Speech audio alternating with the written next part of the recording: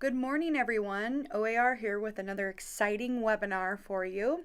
Today we have the pleasure of talking about oil tank cleanups in Oregon. The big question here is, are we done yet? This webinar is a follow-up from a previous webinar that OAR hosted in March 2018 of this year. And with me today, I'm so happy to have Mike Kortenhoff, Ash Desmond, and Lauren Dimmick. So Mike is a manager in the Land Quality Program for the Oregon Department of Environmental Quality. His group is responsible for underground storage tank inspections, heating oil tank cleanups, and the citizen pollution complaint system throughout Oregon. Mike joined DEQ in 1991, initially as a hydrologist in the hazardous substance cleanup programs, and has since managed a variety of policy and implementation work in the tank, water quality, and hazardous waste programs. Prior to joining DEQ, Mike worked for Chevron on an oil and gas exploration, production, and environmental cleanup. He received a BA in geology from Lawrence University and an MA in hydrology from the University of Missouri-Columbia, and a Master's of Science in the Environmental Engineering from the University of Washington. He is a registered geologist and a professional engineer. So welcome, Mike. Also with Mike, we have Ash Desmond. Ash has been in the environmental regulatory field for 15 years, working on a variety of cleanup sites. He grew up in Vermont and has a degree in environmental science from the University of Vermont. Ash started his career in 2003 working for the VT Department of Environmental Conservation as a cleanup project manager. After over a decade there and several decades living in Vermont, Ash uprooted and moved cross-country in 2015 to fill the DEQ heating oil tank project manager position. So welcome, Ash. And last but definitely not least is Lauren. Lauren was hired onto DEQ heating and oil tank program as an additional project manager in May 2018. Prior to the DEQ, Lauren worked for the Oregon Department of Fish and Wildlife for 3 years as a fisheries scientist, doing extensive field work, data management, and training new members of field crew. She is a native Oregonian and holds a degree in environmental science from Willamette University. So many of you have done these webinars with us before. This group has elected to have all questions saved until the end. So at the end of the webinar, we will have time to answer all of your questions. So feel free to send them in as we go, and welcome. And I'll turn it over to Mike.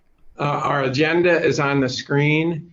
I'm going to take a few minutes just to talk about tank work in Oregon, past and future. Ash is going to take a few more minutes to tell you, just give a quick overview of the key requirements. That part is related to what Kayla mentioned before in the webinar we did in March as well. And then Lauren will go over feedback we've been getting from homeowners as we've been working on this program. And then finally, I'll tell you more about what we plan to do in the next year. That will leave plenty of time for questions after that. So next slide, please. As Kayla mentioned, please post comments and questions you have as this webinar proceeds. Our goal here is to tell you what we're thinking about next year and get your comments about how it will help you. So each of the slides has a number in the upper right-hand corner. If you're asking a specific question about a specific slide, feel free to mention that in your question. We'll review them at the end, or we'll post them and follow up to this to make it available afterwards. First off, just a quick reminder, why is this even necessary? Oregon law requires property owners to empty their tanks when they're taken out of service and to report leaks to DEQ. Timely action is needed to stop ongoing leaks. Most old tanks have already failed. The graphic on the right shows the classic scenario with a residential heating oil tank. We're trying to identify the sites that have soil contamination, or worse yet, groundwater contamination. And the most significant risk is when vapors from that soil contamination moves into the house, vapor intrusion. So that doesn't happen all that often, but those are the ones we're looking for, and significant action is needed for them. Moreover, doing this work protects the property value of the home, and it protects future buyers, future owners of homes from a surprise later when they discover this work not done properly. I think you all probably have encountered that at one point or another as well. Next slide. This is a chart showing the past 30 years. This year is actually the 30th anniversary of when DEQ first started the work. We required in 1988 that heating oil tank leaks be reported to DEQ. And you can see two key stages of the work depicted here. This is the number of tanks identified and reported to DEQ year by year. We started the requirement in 88, and as word grew through particularly through real estate transactions and lender liability requirements, there was an exponential increase in tank reports to DEQ. We handled them site by site, then charging homeowners for our time to work on and approve those. That got out of control for homeowners and for DEQ by the end of the 90s when we created the program as you now know it, with licensed service providers certifying the work that they do. And that triggered the jump you see here in 2000 to 2,700 tanks reported to DEQ. That was relatively stable until a story I know you know well, the recession in 2007, 2008, and a drop in tank work. Real estate activity drives heating oil tank discovery for us. We're well aware of that. We are also starting to see perhaps a decline in tanks as we've worked through them. And the recession is apparent in this graph. And in recent years, we're seeing a couple, a drop off from a peak in 2015. In 2018, we're expecting about 1,900 tanks are going to be reported to us. What kinds of projects are these that we're getting? 70% of the tanks reported to DEQ leaked. In orange, you can see year by year for the past decade, the number of leaks and cleanups reported to us. In gray, the number of tanks checked and there was no leak, clean decommissioning. Those numbers are changing with the real estate market and are pretty stable over time. 70% of the tanks checked are leaking. Here is the one key graph that's answering our title question. We started this and promised to tell you, are we done yet? And this shows, unfortunately, no, we're not done yet. Even though we're 30 years into it, on the left, you can see we have, you can see the numbers showing the tanks reported to DEQ so far. 50,000 properties have been reported to us with a heating oil tank, leaking or not leaking. We estimate that there were 200,000 properties in Oregon that had heating oil tanks. Most of them installed 1930s through 1960s. So 150,000 properties are still out there that have not identified a heating oil tank to DEQ anyway. And you can put them into these 9 different buckets. The ones on the left, the orange, red, and yellow are the ones that have been reported to DEQ. They're easy to find. The ones on the right are the one that property sellers struggle with as heating oil tanks are discovered on their properties. Some of them have been closed, and there's paperwork from that the property owner has saying it was closed, but it was never registered. Those are the ones that we are graphically showing here in gray. Some of them, nobody's done anything. The tank is sitting there, maybe with still oil in it, abandoned. Some of them were removed from the ground, and there's no evidence of the tank left and no way to even find out. So we're guessing there are about 150,000 tanks ultimately to be found. It took us 30 years to find the first 50,000. We've got a ways to go before we find the other 150. Last note on this, of particular note are homes with active furnaces using heating oil. We estimate that there are about 23,000 of them. They're shown at the bottom of the chart on the right.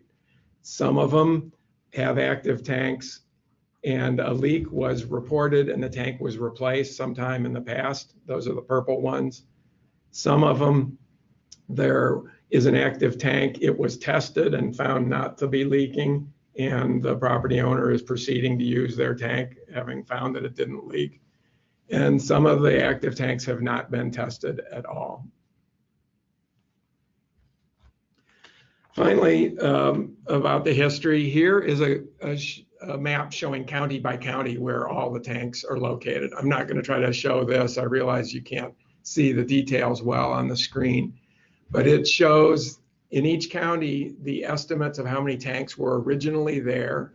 In the top right, the title, you can see it says heating oil tanks in Oregon, totals. The first number where it says totals is the 200,000 that we estimated were originally there. The second number in parentheses shows the number of tanks that have been either cleaned up or clean closed. So in Oregon, a total of 44,000 tanks have been cleaned up or clean closed. County by county, those numbers vary. In Multnomah County, there were the bulk of the tanks, 110,000 of them. That's where the bulk of the people were in the mid-century. And already 30,000 of those have been discovered and identified because there's been more active real estate activity. As you move to the rural counties, you see very different stories. So we hope this is helpful for those of you in those various counties to be aware where you are on this spectrum. Douglas County, 2,500 tanks estimated there originally, only 83 so far reported to DEQ. And with that, I'll stop on the history and turn it over to Ash to tell you a bit more about the basic requirements. All right, good morning, everyone. I'm going to talk first about decommission and cleanup sites. In general, there are two types of heating oil tank sites. The clean decommissionings, which have no contamination or very little contamination, and the cleanup sites. Reporting to DEQ for clean decommissionings is voluntary, but it is required for cleanup sites. To start the decommissioning process, samples need to be taken on each end of the tank at specified depths. Challenges to this could include driveways, stairs, and sidewalks, but those tanks still need to be sampled, of course. Sometimes the borings can be angled in from the side to avoid damage or unnecessary disturbance to the property. So if you want to avoid cracking the driveway or the stairs, then you might actually be able to bore in from the side and get your sample. Tanks can literally be located anywhere underground on a property. We've seen a lot of tanks installed under garage slabs, under basements, and below crawl spaces, and they can be a real struggle to find, let alone decommission. Occasionally, new structures are built over tanks where properties are subdivided or additions are added. Contractors use a combination of radar, metal detectors, and inspections of piping at the house to find tanks. The two examples that I mentioned before are what a decommissioning can look like, either a clean decommissioning or a cleanup site. In the first example, a clean decommissioning, samples are taken and found to have no contamination above 50 parts per million diesel. Decommissioning in this instance is voluntary and no action will be taken by DEQ.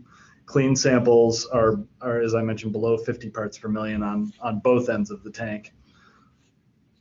Those samples are only valid for 90 days. So if the samples have expired, as it were, then they will have to be retaken before the tank is decommissioned. So within 90 days of decommissioning, the decommissioning has to take place in that window.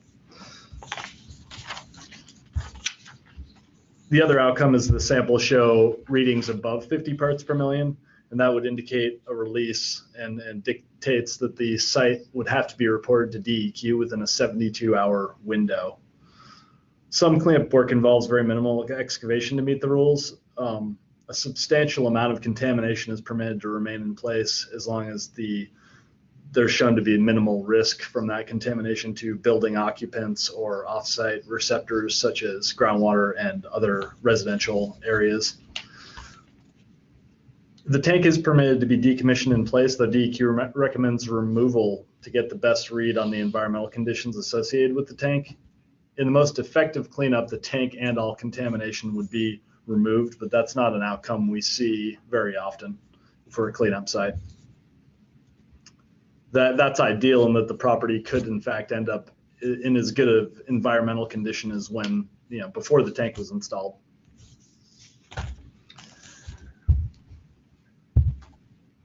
Okay, now I'm going to talk about the different varieties of cleanup sites. There are 3 different designations we give based on the levels of contamination and the quantity of contamination at the site. The first is a soil matrix cleanup, which generally involves lower levels of contamination and may include full removal of all the contamination to a level below 500 parts per million. The second is generic remedy, which is slightly more complicated in that it involves soil borings to delineate the extent of contamination, but then you're dealing with sort of a moderate level of contamination that wouldn't generally be thought to be a risk to groundwater or to indoor air. The more complicated of the 3 is the risk-based site assessment, and that includes evaluation of various receptor pathways, such as groundwater, indoor air. Oftentimes at these sites we're doing subslab indoor air sampling to figure out whether further indoor air sampling could be necessary, such as sampling the ambient indoor air where there could actually be an exposure to the building residents. And obviously the more contamination that's left in place at these properties, the more ongoing liability there's going to be for your clients as they purchase a property and may, there's always the possibility that something further could be uncovered down the road. So obviously more contamination means more risk and should be taken more seriously. A question we get very often: how much does this cost? It can start out fairly inexpensive at around $1,200 for a clean decommissioning. We find the median cost right around that figure, and that's basically what you're seeing there is the cost to decommission a tank, and that's essentially a sunken cost for all of these investigations. So you have that sort of base to start at, and then as it gets more complicated with soil removal and reporting, then you see the costs go up, and you can see the relative percentages of what we deal with. So there are a fair number of clean decommissionings, fortunately, but then the others have some level of contamination typically left in place after the work's done, and that's roughly 70% of the sites we see. So these tanks, given the right amount of time, they usually will leak. So we see that the project costs have not increased significantly over the past 10 years, so they haven't really gone with the rate of inflation, especially post-recession.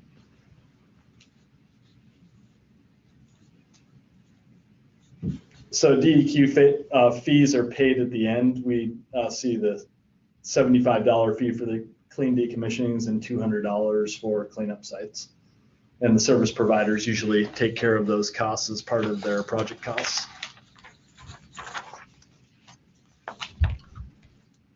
Okay, what is required when tank use ends? So Oregon law requires that the tank be decommissioned at certain steps along the way. If you stop using heating oil as your source of heat, then the tank needs to be emptied of its contents. And so that would be pumping out at least all the heating oil that can be pumped out. There's usually still some residue left at the bottom of tanks that can remain in place, but the fuel is removed. If the tank is replaced, obviously you would pump out the old tank and put in the new one. And also when a property is sold, there should be a check of the tank to see if there is any remaining fuel, and the buyer can kind of dictate what sampling would occur at that stage, concurrent with the emptying of the tank if it hasn't been done already. Frequently, the tanks were taken out of service when the natural gas conversion came through, and the heating oil tank may not have been emptied of its contents, even though people may have assumed that it was. So we do see tanks that were decommissioned some 20 years ago that still have a substantial amount of fuel left in them. So buyers should consider the long-term plan for decommissioning if they are to buy a house with a heating oil tank, because that will be something that needs to happen down the road.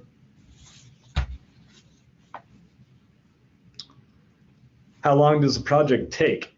Sampling, site work, and report preparation is dependent on service provider availability. So you could shop around for different service providers, and you may find wildly different time frames for their being able to submit a completed cleanup report to DEQ.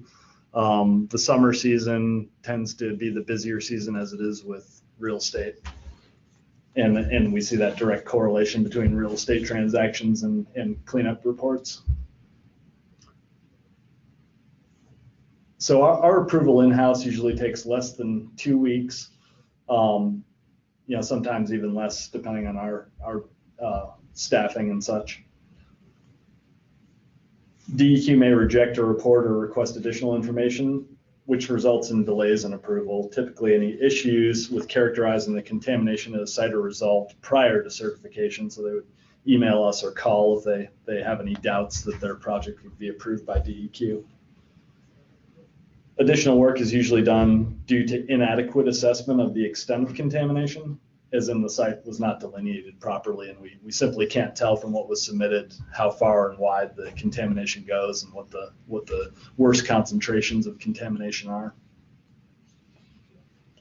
So additional work performed after a report certification is the responsibility of the service provider or the insurance company.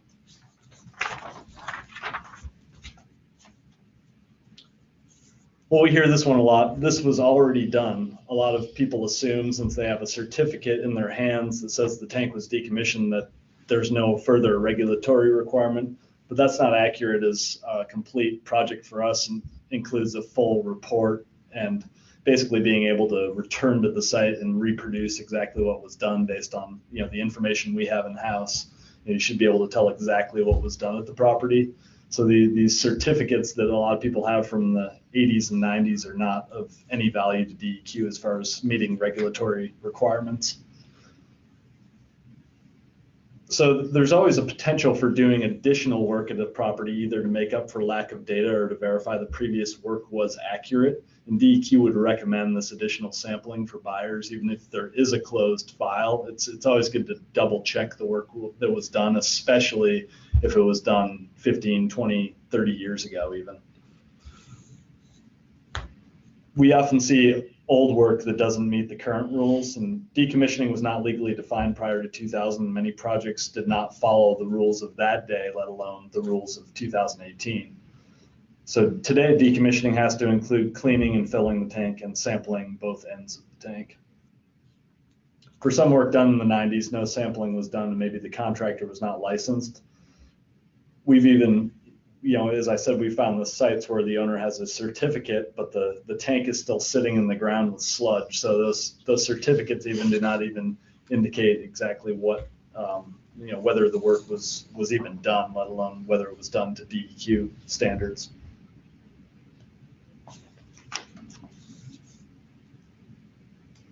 Okay, where do I get more information? Well, there's a couple of resources listed here.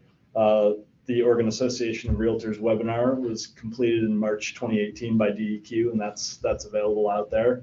We also have our webpage, and there's some good general information on there. There's a variety of guidance documents and such for homeowners, realtors, and even for the service provider crowd.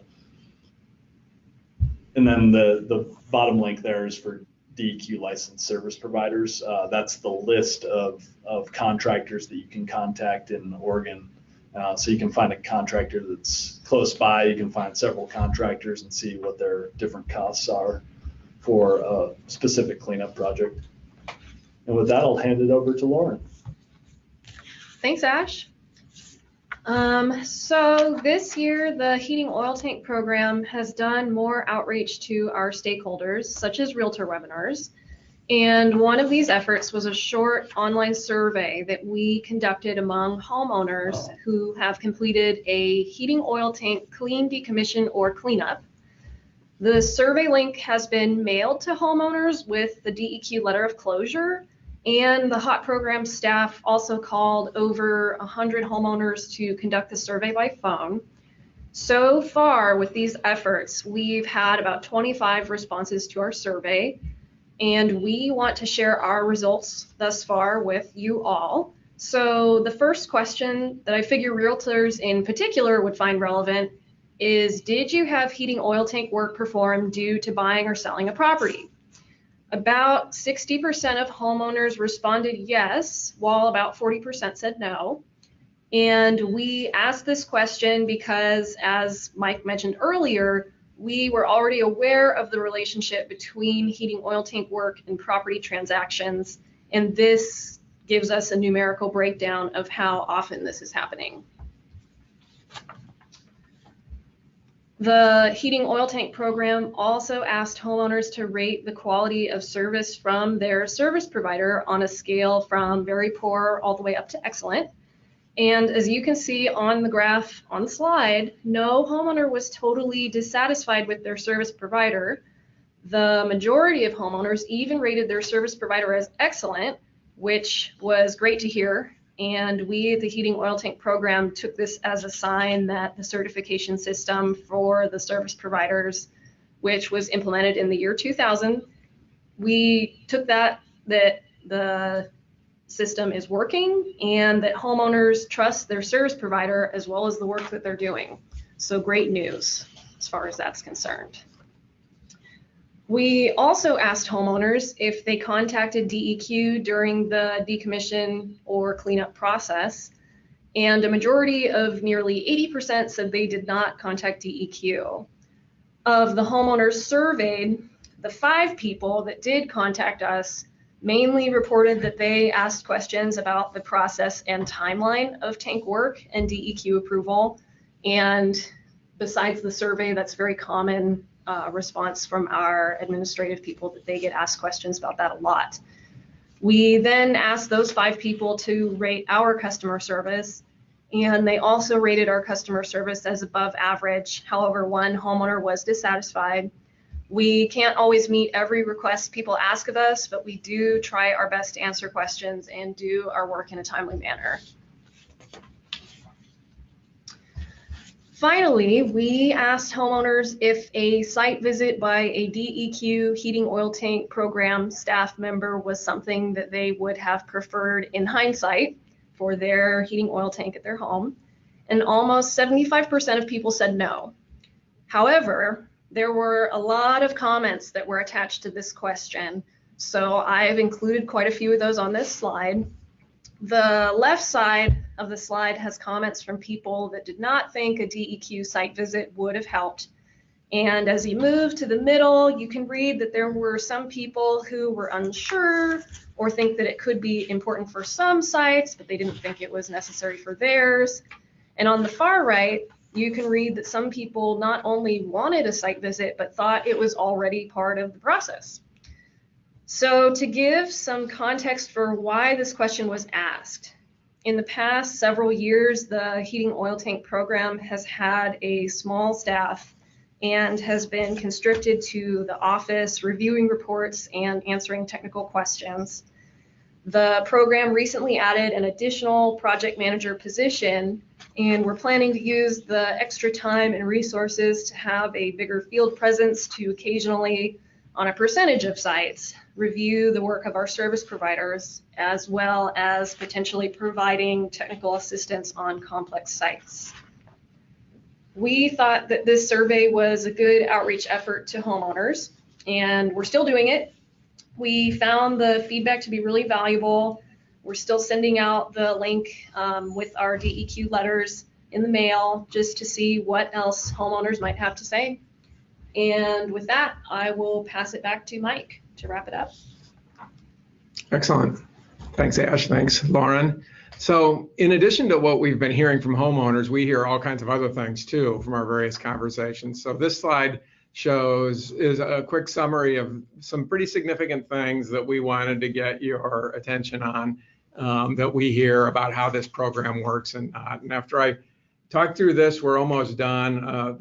After this, there'll just be 2 more slides talking about what we're planning to do in the next year. And this is where I really want to hear questions and comments, either now in this webinar or later after we're done, about things that would help the real estate process move, things that would help you as realtors as we're doing this. But from homeowners, we do sometimes hear the scope of work is outrageous. I feel like I'm writing a blank check. this contractor is providing me an estimate that seems padded. It's also common for us to hear that the reports the service providers have to prepare are taking too long. They expedite it if they know there's a real estate transaction going. If they don't, sometimes it takes a long time for the reports to come through. Similarly, DEQ approvals take too long is a common comment we hear. There is significant suspicion about the quality of the technical work being performed too. I think my contractor reported false detections just so they get more work.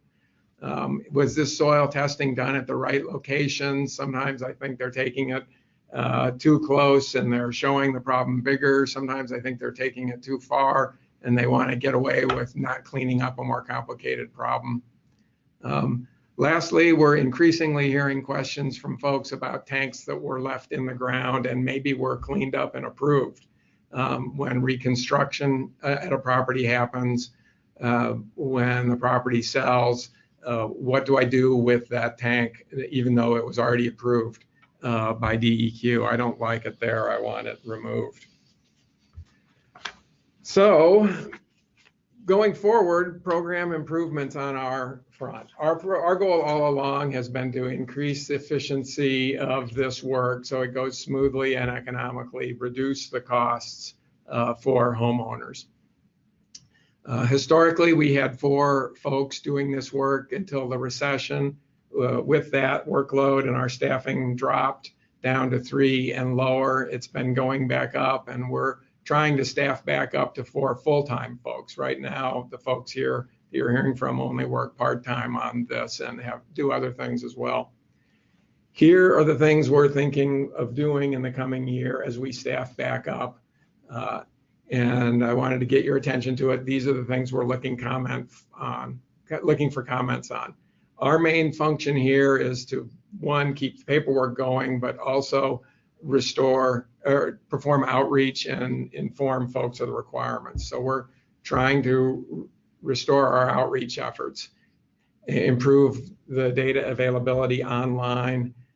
We'd love to switch to an electronic records management process. We get these forms in paper now, and that isn't necessary. Our guidance on our webpage is very old and quite complicated. It needs update. We used to send out bulletins to realtors and to service providers with news about developments, and that's been suspended for a decade, and we intend to restore that. Secondly, the other big leg is we intend to go out and do more direct oversight of service providers. We can't inspect all the sites, but we can inspect some. We can inspect most of the service providers and make sure that they are following our procedures. And we would like to give guidance to them and everyone about how to handle these closed sites. So those are the things we intend to focus on in the coming year. Last thing, what's this going to cost? We do need to raise our fees that are charged. Ash mentioned the $75 and $200 fee that we charge when each project comes in. To pay for what we want to do and we think is necessary, we want to raise the fees. This table at the bottom of the slide shows what the 4 current fees are. The service providers each have to pay a fee. The businesses themselves, there's about 50 of them, pay an annual fee of $750 for being a licensed service provider. The individual site supervisors pay a $75 annual fee, and they have to pass a test showing they know the rules. Then also there are the project fees. When a clean decommissioning comes in, a fee of $75 is paid to DEQ. When a cleanup report comes in, a $200 fee. The license fees were put into place in 1999 and haven't changed from when we started the program. The cleanup project fees, the clean certification project fees were last changed in 2007, right before the recession. We're intending to propose before the legislature next year an increase in these fees. It has to be approved by the legislature. We have not decided yet how much each of the fees would go up, but we're thinking they need to go up between 30 and 100%, depending on the activity. In feedback we've already gotten so far, it's been suggested to us we increase the fees based on the work that requires the most effort on our part. So the main thing we're thinking about doing is for the cleanup projects listed there at the bottom, corrective action certification fee, we're thinking about creating 3 tiers. The complex risk-based projects would go up the most. The soil matrix projects that are simpler would go up a much smaller amount. That's the 30 to 100% range we're talking about. We also used to charge hour by hour when we worked on really complex projects where a remedial system might have been installed. And we're intending to do that. That doesn't happen very often, maybe a dozen projects a year. But we are wanting to make that available again for service providers who would like more upfront buy-in from DEQ before they have to complete a cleanup. So those are our thoughts about going forward. And we realize are we doing enough? Are we doing the right things? What are we charging are huge things. So this is where we were anxious to hear any questions or comments you may have. If any are posted, and Kayla, tell me, I don't think we've seen any yet. We'll answer them. We'll pause here, collect your thoughts. If you have any questions, type them. If not, I'll tell you a few more steps about what's going forward here, and we'll wrap it up. So, Kayla? Great. Yeah, and just like Mike said, if you have any questions, you can use on your little dashboard there the question drop down to type in any questions for the group about anything that came up for you during the presentation or any questions you have. So hang on for a minute or so here to see if anything comes through.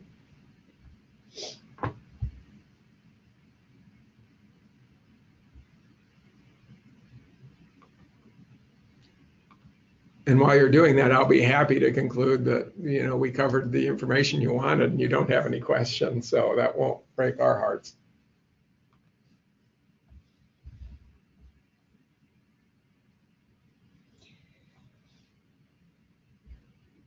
Yeah, it doesn't look like anything has come through here. So okay. Is there a way that if folks have questions going forward, they can contact you? There is. I'll go over that. So if you flip to the next slide, Kayla.